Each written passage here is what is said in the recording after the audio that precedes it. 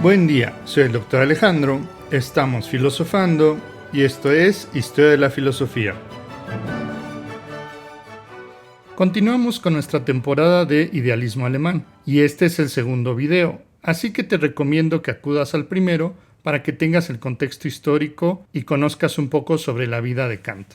En este video vamos a abordar la obra cumbre de Kant, La crítica de la razón pura. Este texto constituye un antes y un después de la filosofía, y a partir de su publicación, la disciplina nunca volvería a ser la misma.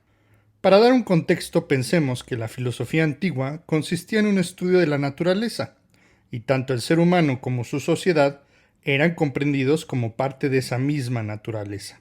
El hombre se comprendía solamente como un ser natural. Posteriormente, la filosofía medieval tenía como preocupación central a Dios y a la salvación del ser humano. En sus variantes cristiana, judía y musulmana, el ser humano era comprendido como creación de Dios, así que tanto el ser humano como su sociedad eran entendidos como parte de un plan divino. El ser humano ya no era solo un ser natural, sino que también tenía una aspiración espiritual. En un tercer momento, la filosofía moderna, que comienza con Descartes, el estudio principal se centra en el conocimiento y en la razón. El hombre es ahora entendido como sujeto, y el conocimiento tiene su fuente en este mismo sujeto, y no tanto en la naturaleza o en Dios y sus fuentes, como eran los textos sagrados, la revelación o los profetas. El ser humano y su sociedad dependen en esta época de sí mismos, y para llegar al conocimiento verdadero, debe de confiar en sus facultades, sobre todo en sus sentidos y en la razón. Kant representa un nuevo paradigma. Sin dejar de ser un filósofo moderno, Kant cuestiona la forma en la que hasta entonces se había hecho filosofía. No solo se trata de confiar en las facultades humanas del conocimiento, sino que así como los modernos habían cuestionado las fuentes antiguas y medievales, ahora Kant cuestiona a los filósofos modernos. Kant coincide en que las facultades humanas son el camino certero para obtener conocimiento, pero no se debe de confiar en ellas de forma ciega o de forma dogmática, sino que las propias facultades del conocimiento también deben de ponerse a prueba. De ahí que la filosofía de Kant sea una filosofía crítica. Si los pensadores modernos confiaron en los alcances de las facultades humanas, los racionalistas en la razón y los empiristas en la experiencia, Kant más bien examina los límites del conocimiento. Su pregunta consiste en saber hasta dónde llegan los límites de nuestra razón y de nuestros sentidos. Para Kant, la filosofía moderna no había llegado a demarcar los límites de este conocimiento y por ello se había extendido hasta caer en excesos. Kant nos pone un ejemplo. La ligera paloma que siente la resistencia del aire, que surca al volar libremente, podría imaginarse que volaría mucho mejor aún en un espacio vacío. La paloma no se dio cuenta que, con todos sus esfuerzos, no alcanzaba nada, porque no tenía un punto de apoyo. Con este ejemplo, Kant piensa en aquellos filósofos, ya sea antiguos como Platón, medievales o modernos como Leibniz, que deseaban que el mundo de los sentidos y la experiencia sensible no fueran más un estorbo para sus libres especulaciones, siendo que es la evidencia empírica lo que sirve de sustento al pensamiento humano, tal y como el aire sostiene las alas de la paloma en su vuelo. Una paloma que pretende volar sin el sustento del aire representa los excesos de la razón, en la que incurre una filosofía que se vuelve dogmática. Para evitarlo, se debe confiar en la evidencia de los sentidos, pero, sobre todo, hacer una dura crítica de los alcances de sus propias facultades. Antes de emprender el vuelo como la paloma, la filosofía debe examinar y entender a conciencia el funcionamiento de sus propias alas. En lugar de preocuparse por el aire que la sustenta, la filosofía de Kant más bien examina los alcances de nuestras propias facultades, es decir, se encarga de estudiar las alas de la paloma. Por ello, la filosofía debe ser ante todo un estudio de los alcances, límites y capacidades de las facultades del conocimiento humano, es decir, una crítica, sobre todo de aquella facultad que emprende el vuelo con mayor facilidad. De ahí el título, la crítica de la razón pura. La razón es, por supuesto, la facultad del conocimiento que nos permite pensar, conocer y formular principios. Kant tiene que sostener dos cosas. Por un lado, que no hay duda de que todo nuestro conocimiento comienza con la experiencia. Este conocimiento de la experiencia se llama empírico, pero al mismo tiempo también tiene que defender lo siguiente. Aunque todo nuestro conocimiento empiece con la experiencia, no por eso todo nuestro conocimiento procede de la experiencia. Este conocimiento se llama puro. Tenemos así dos tipos de conocimiento. El empírico, obtenido a través de la experiencia, de nuestros sentidos y de la observación del mundo, y el conocimiento puro, que no está mezclado con la experiencia sensorial. Entonces surge la pregunta: ¿cómo es posible que todo conocimiento comience con la experiencia y exista además un conocimiento puro que no esté mezclado con ella? En tanto a su origen, todo conocimiento comienza con la experiencia, pero en tanto su justificación, validez o fundamento, no todo conocimiento se valida en la experiencia. Respecto a su origen, podemos decir que el conocimiento puede ser empírico, que proviene de la experiencia de los sentidos, o puro, que no depende de la experiencia sensorial. Todo comienza con la experiencia, pero no todo proviene de ella. Entre los conocimientos puros hay uno que sería completamente independiente de la experiencia sensible. Este conocimiento se llama en Kant a priori, mientras que el conocimiento que depende de la experiencia se llama a posteriori. Aquí hay que tener mucho cuidado. A priori en latín significa antes de o anterior, por lo que es común pensar que un conocimiento a priori sería anterior a la experiencia. Pero hemos dicho ya que todo nuestro conocimiento comienza con la experiencia. Por lo tanto, no existe para Kant un conocimiento anterior a la experiencia. Es mejor pensar a priori como algo independiente de la experiencia. Esto quiere decir que su validez no depende de los objetos externos. Un ejemplo de este tipo de conocimiento serían las matemáticas, que no necesitan de algo externo para ser validadas. Por otro lado, un conocimiento que depende de la experiencia se llama a posteriori. Si alguien pregunta, ¿está lloviendo?, esto no lo puedo saber a priori, sino que tengo que asomarme por la ventana, mirar el ambiente y comprobarlo. Así, según encontremos o no la validez de estos conocimientos en la experiencia, sabremos qué tipo de conocimiento es. Si es independiente de la experiencia, es un conocimiento a priori, o si depende de la experiencia, es un conocimiento a posteriori. Además de ello, los conocimientos a priori tienen otra característica. Son universales, es decir, ocurren siempre, sin excepción, y deben ser también necesarios, es decir, no pueden ser de otra manera. El conocimiento se presenta de una forma muy concreta para Kant, específicamente a partir de juicios. Un juicio es un acto mental mediante el cual unimos dos conceptos para formar una proposición, que puede ser verdadera o falsa. Así pues, un juicio es la manera en que unimos dos ideas para afirmar o negar algo. Un juicio está conformado de sujeto, verbo y predicado. La fórmula es S es P, sujeto, verbo, predicado. Por ejemplo, el sol es brillante, el gato es negro, los cuerpos son pesados, etc. Kant reconoce dos tipos de juicios, analíticos y sintéticos. Un juicio analítico es aquel cuyo predicado está contenido en el sujeto, es decir, no nos añade ninguna nueva información. Un ejemplo, un soltero es un hombre que no se ha casado, o el triángulo tiene 3 lados.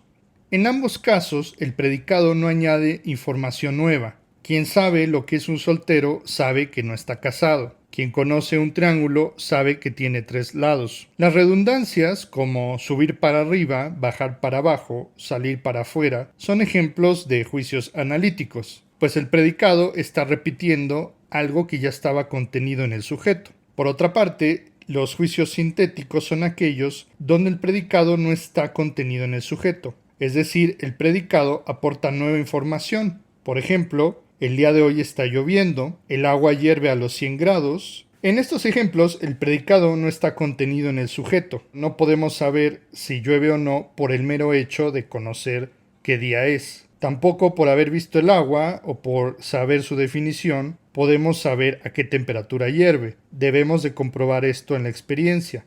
A partir de esto podemos hacer una matriz para combinar 4 tipos de juicios. Primero tenemos los juicios analíticos a priori. Por ser analíticos, son juicios cuyo predicado está contenido en el sujeto, pero por ser a priori son independientes de la experiencia. Los juicios analíticos a priori son tautologías, es decir, el predicado repite la misma información que estaba en el sujeto. Un ejemplo es: un triángulo tiene 3 ángulos. Después tendremos los juicios analíticos a posteriori. Por ser analíticos no aportan una información nueva y por ser a posteriori dependen de la experiencia. Los juicios analíticos a posteriori simplemente no existen. Para Kant, todos los juicios analíticos son a priori. Luego tendremos los juicios sintéticos a priori, que son aquellos donde el predicado no está contenido en el sujeto y no dependen de la experiencia. Por ejemplo, las operaciones matemáticas serían juicios sintéticos a priori, pues sin depender de la experiencia podemos aportar información nueva, como en la operación 7 más 5 es igual a 12. Y por último, los juicios sintéticos a posteriori, aquellos que añaden nueva información, pero que dependen de la experiencia. Las ciencias naturales, la física, utilizan juicios sintéticos a posteriori, pues aportan información nueva, pero tienen que corroborarlo en la experiencia. Por ejemplo, que el agua hierve a los 100 grados es algo que hemos descubierto a través de experimentos. En opinión de Kant, el problema de la filosofía hasta su tiempo es que no había advertido de la importancia de los juicios sintéticos a priori.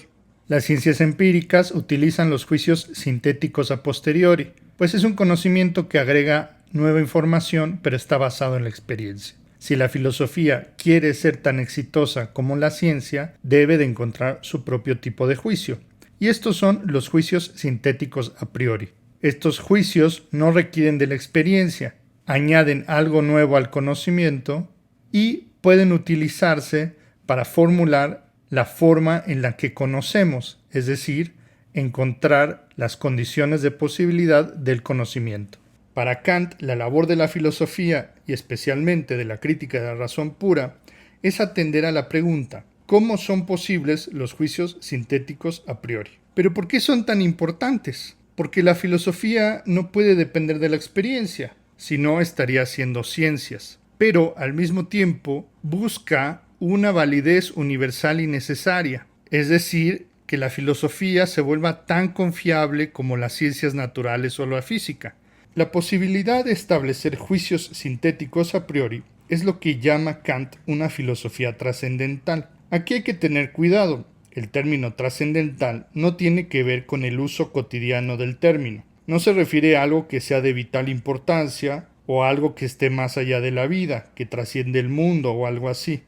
Para Kant, trascendental tiene un significado muy específico. A diferencia de cómo había funcionado la filosofía hasta entonces, que se dedicaba a estudiar el mundo y sus objetos, para Kant debemos antes preguntarnos por el modo en que los conocemos. Una filosofía trascendental se preocupará por la forma en que obtenemos el conocimiento y estudiará las facultades y los métodos que tenemos para obtenerlo. La primera parte de la crítica de la razón pura se llama estética trascendental. Trata sobre la manera en que percibimos el mundo, a través de nuestros sentidos y cómo organizamos esta información. Aunque se usa el término estética, este no tiene que ver con la disciplina actual, conocida igualmente como estética, que se refiere a la belleza o al arte. Para Kant, la estética trascendental se refiere al modo en que obtenemos impresiones del mundo. Estética viene de aestesis, que significa sensibilidad, y en este sentido general es como lo emplea Kant. La sensibilidad para Kant se refiere a la capacidad de recibir representaciones o ser afectado por objetos externos. Cuando estamos despiertos y conscientes, estamos recibiendo continuamente sensaciones sin ni siquiera tener que pensar en ellas. Se trata de un proceso automático y por eso decimos que es inmediato. La sensación nos provee de intuiciones. En Kant, las intuiciones son la manera en que nuestra mente recibe los datos sensoriales externos del mundo. No hay que entender este término en el uso del lenguaje coloquial como un presentimiento, una corazonada, sino que tiene un uso técnico en Kant. Se refieren más bien a todos los datos empíricos que provienen del exterior. Estas intuiciones son inmediatas y sensibles, no son pensamientos, sino impresiones puramente sensoriales. Es decir, los bebés y los animales tienen intuiciones, pues reciben información del exterior y responden a ello. Las intuiciones son sentidas, a diferencia de los conceptos, que son pensados. Un concepto sería una representación mental abstracta, que podemos expresarlo con palabras a través del lenguaje. Por ello, los animales y los bebés todavía no tienen conceptos, solo tienen intuiciones, es decir, estas impresiones que obtienen a través de sus sentidos. Otra buena manera de distinguir lo que es una intuición de un concepto es que la intuición es inmediata. El bebé, el animal o el adulto no tienen que hacer nada para formar intuiciones. Ellas ya se configuran por sí solas. En cambio, los conceptos requieren aprendizaje. Hay que pensarlos, hay que procesarlos y por tanto no son inmediatos. Los bebés todavía no tienen esta capacidad, ni tampoco la tienen los animales. Precisamente con las intuiciones es por donde comienza la gran travesía de la filosofía kantiana en la estética trascendental.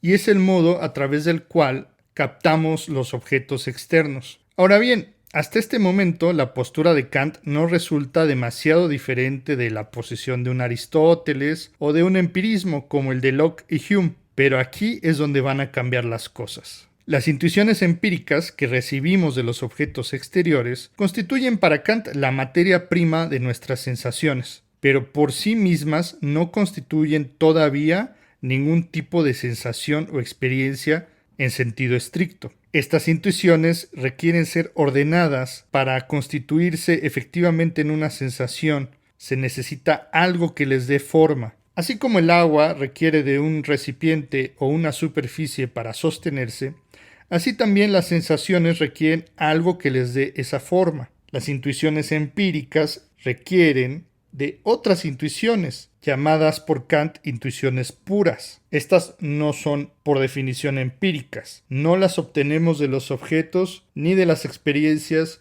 ni del mundo exterior.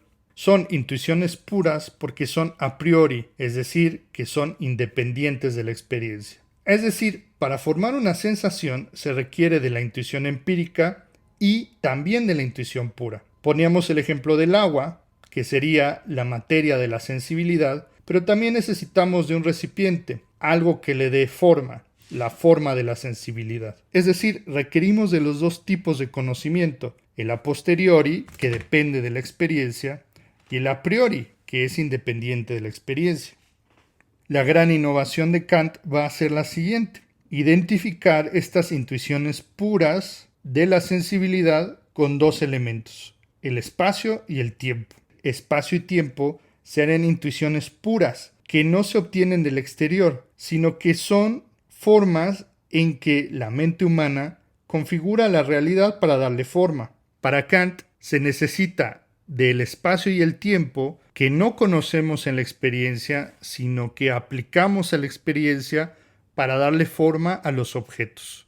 Más adelante vamos a explicar cómo funciona esto en Kant, pero para dimensionar mejor su propuesta, acudiremos a dos antecedentes de la época. Dos ejemplos de autores que intentaron explicar el problema del espacio y el tiempo y que para Kant fracasaron. Comencemos con el ejemplo de Newton. Newton consideraba que el espacio y el tiempo son independientes, es decir, que existen fuera de nosotros y que son inmutables. Es una posición del sentido común y que de hecho se sigue empleando en la ciencia. Para Newton, el espacio y el tiempo existen en la realidad ajena a nosotros y son una suerte de escenario donde acontecen los eventos del universo. La concepción de Newton es útil para plantear los problemas de la ciencia empírica y de la física. Simplemente se da por hecho la existencia de un espacio y tiempo como entidades reales y como algo ajeno a nosotros. Podríamos decir que el planteamiento de Newton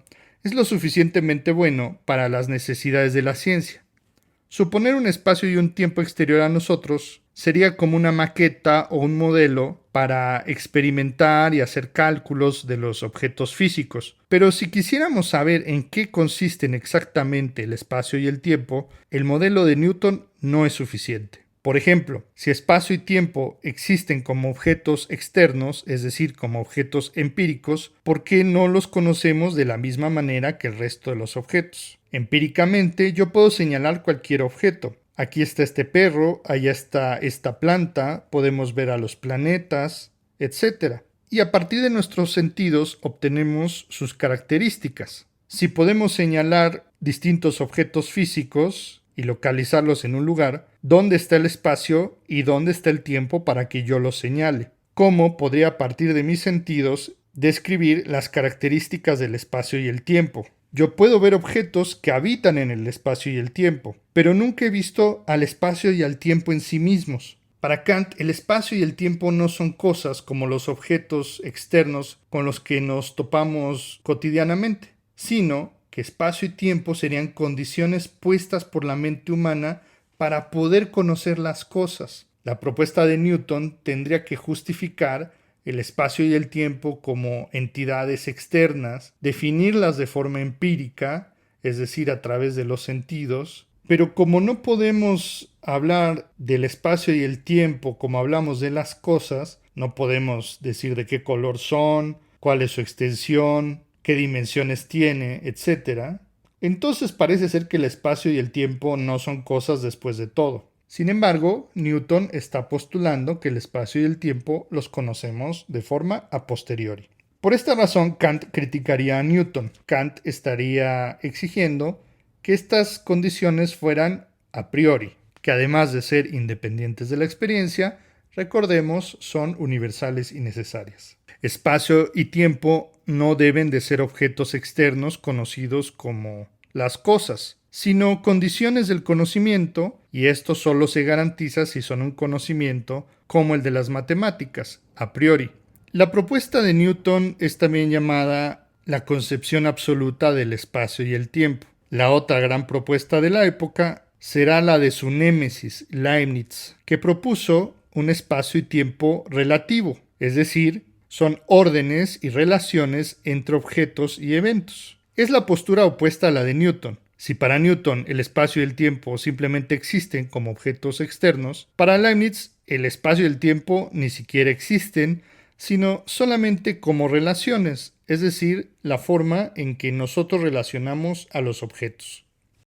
Para Leibniz habría un espacio porque podemos decir que existe una distancia entre dos objetos. Leibniz así no tendría que definir el espacio y el tiempo como objetos exteriores ni de forma empírica, porque el espacio y el tiempo ni siquiera son cosas o algo que exista, sino meras relaciones que nosotros establecemos entre las cosas. Serían una simple medida, una relación que establecemos entre los objetos del mundo, pero que no existen realmente. La solución de Leibniz es, por tanto, más económica, es decir, requiere de menos elementos para explicar el mismo fenómeno, y por tanto es mejor, pero también tiene un problema. El resultado sería que no existiría espacio y tiempo si no existieran cosas, pues no habría elementos que comparar ni distancias que establecer. Esto parece contraintuitivo. Para Kant, espacio y tiempo deben ser condiciones universales y necesarias. Haya o no objetos, no debe depender de estos. Recordemos que confiamos en la universalidad del espacio y el tiempo para las ciencias. Por tanto, para Kant, la postura de Leibniz también es insuficiente. Digamos que Kant va a tomar lo mejor de las dos posturas anteriores. Kant estará de acuerdo con Leibniz en que espacio y tiempo no son cosas que extraemos de la experiencia, pero estará de acuerdo con Newton que espacio y tiempo deben ser condiciones universales y absolutas, que deben estar presentes siempre. Kant presentará así una respuesta totalmente innovadora. Como Leibniz, Kant piensa que el espacio y el tiempo es una condición subjetiva, es decir, que depende del sujeto, pero que también debe ser universal y necesaria, como decía Newton. Su posición no será absoluta como la de Newton, ni relativa como la de Leibniz, sino que será trascendental. Para Kant el espacio es una propiedad mental por medio de la cual nos representamos los objetos como externos a nosotros. Nosotros nunca tenemos una experiencia del espacio en sí mismo, sino que más bien el espacio es parte de nuestra experiencia, que acompaña a todos los objetos. Es decir, el espacio es una condición necesaria para que nos representemos a los objetos, y es así que lo entendemos como una condición a priori. Es decir, que es independiente de la experiencia y que es universal y necesario. Siempre que representamos un objeto, lo representamos en el espacio. Es imposible no hacerlo. Estamos hablando del espacio como una herramienta con la que configuramos el mundo exterior, y lo hacemos de forma inmediata, natural y espontánea. No es un concepto, es una intuición en sentido kantiano.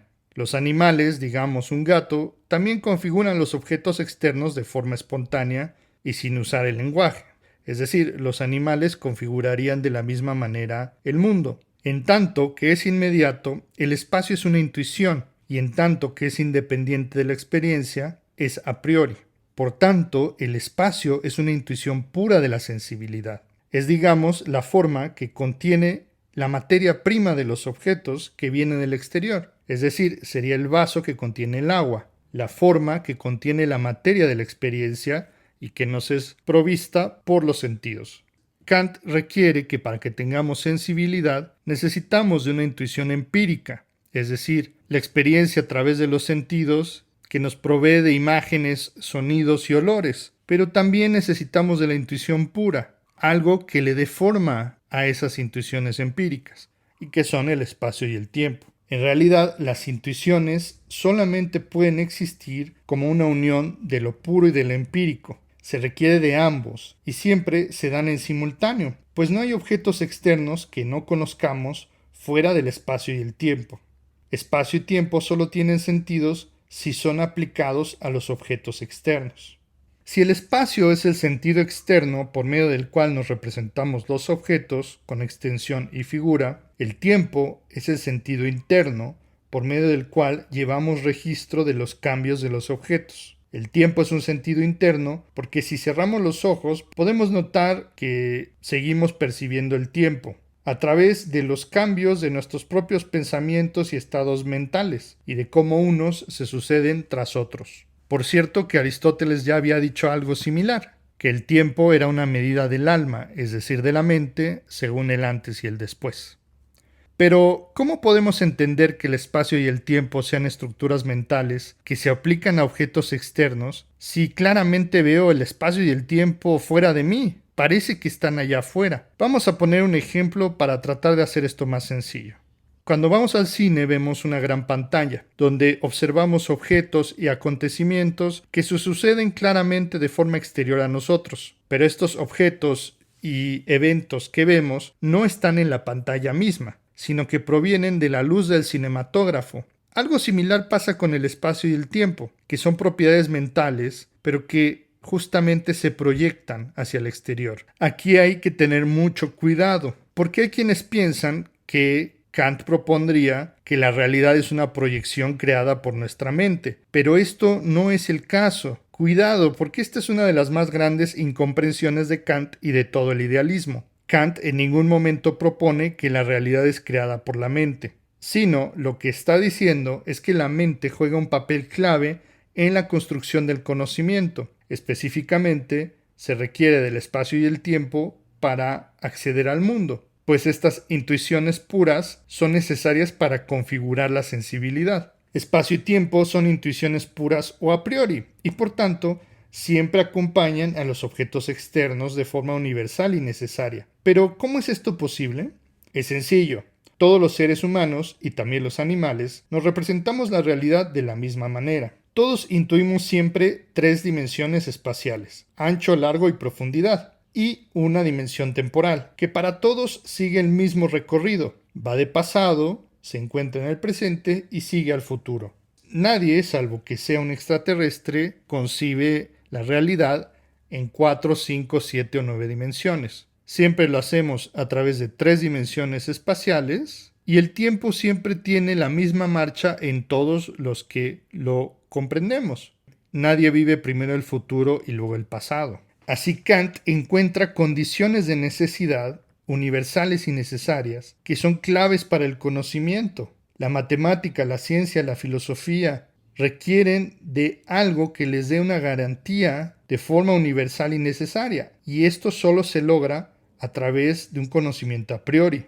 Sí, es verdad que esto parte de un proceso subjetivo e individual o mental, pero no por eso quiere decir que esto sea arbitrario o que suceda de forma diferente en cada uno de nosotros. Kant encuentra que la clave de la objetividad radica en una subjetividad, pero una subjetividad que se da en todos de la misma manera. Para poner otro ejemplo, pensemos en muchas computadoras. Todas tienen el mismo sistema operativo y el mismo software. Si tal es el caso, todos van a procesar la información de la misma manera. Siguiendo esta analogía, pensemos en la mente humana. Todos tenemos la misma manera de procesar la información. Todos vemos el mundo en 3 dimensiones espaciales y una dimensión temporal. Por lo tanto, tenemos la misma forma de conocer los objetos externos. Así es como Kant encuentra las condiciones necesarias y universales del conocimiento en la forma en que está tejida nuestra propia mente, haciendo una examinación del software de esa computadora, por continuar con el ejemplo. Para Kant, la subjetividad